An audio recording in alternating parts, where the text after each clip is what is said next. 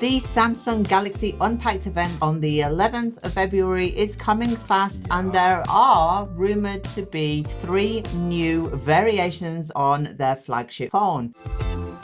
That's the S20, the S20 Plus, and the S20 Ultra. It is rumored to come with a 120Hz display, an ultrasonic under-display fingerprint scanner, and no headphone jack. The display for the Samsung Galaxy S20 Plus comes in at 3200 by 1440 pixel thanks to the taller 20:9 aspect ratio. With a 120Hz display, the Samsung Galaxy S20 will be the first from Samsung to feature such a good and high refresh rate. All other phones come in at 60Hz, and that's pretty cool. But there is a catch: it will probably most likely only be available in full HD mode and not in QHD. And there is more. Moving on to the Samsung Galaxy S20 Ultra. The highest end version comes in 5G. And that's with the Snapdragon 865 for the US, and for the international versions 4G, 5G with the Exynos chip. It keeps the SD card slot, and it will be available for up to 1 terabyte, and that is awesome. But here is that is the catch for the Ultra phone, and it comes with an optional 16 gigabyte of RAM. Imagine what you can do with that. You put it in DeX mode and off you go. You can do all the tasks you do with a normal Windows PC. It's insane. So all come with a 108 megapixel camera, 48 megapixels 10 times optical zoom, and 12 megapixels ultra wide. 5000 milliamp battery with 45 watt fast charging,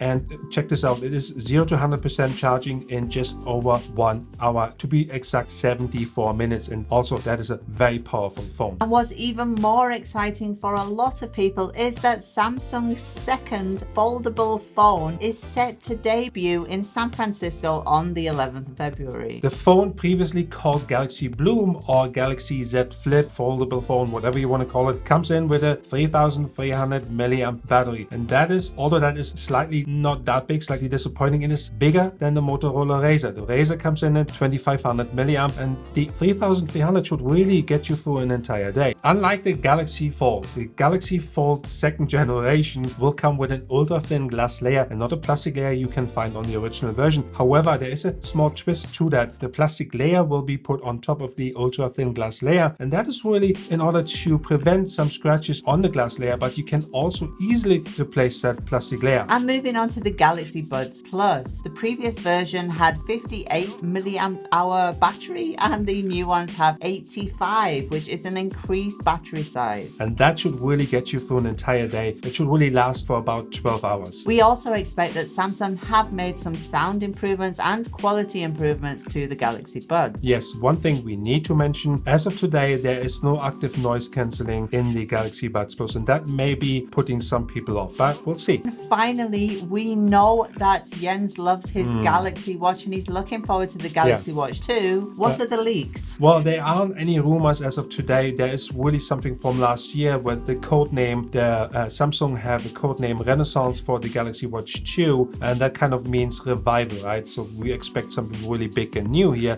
but we don't know if something is happening on February 11th in San Francisco for the Galaxy Watch. That would be something on on my personal wish list for sure. Well, I'm expecting hopefully a new watch out of the practice, but I would say we have received invitations to the Samsung Galaxy Unpacked event in San Francisco, and Jens wants to know whether it is worth our while going there. We want to know what you think about that, and if we did go there, what would you want to hear about? Let us know in the comments below if we should go or not. Let us know what you guys want to see from Samsung and what we should ask them if we should decide to go. Thank you for watching. Jens here from Space. Toni the Card Geek. Peace out.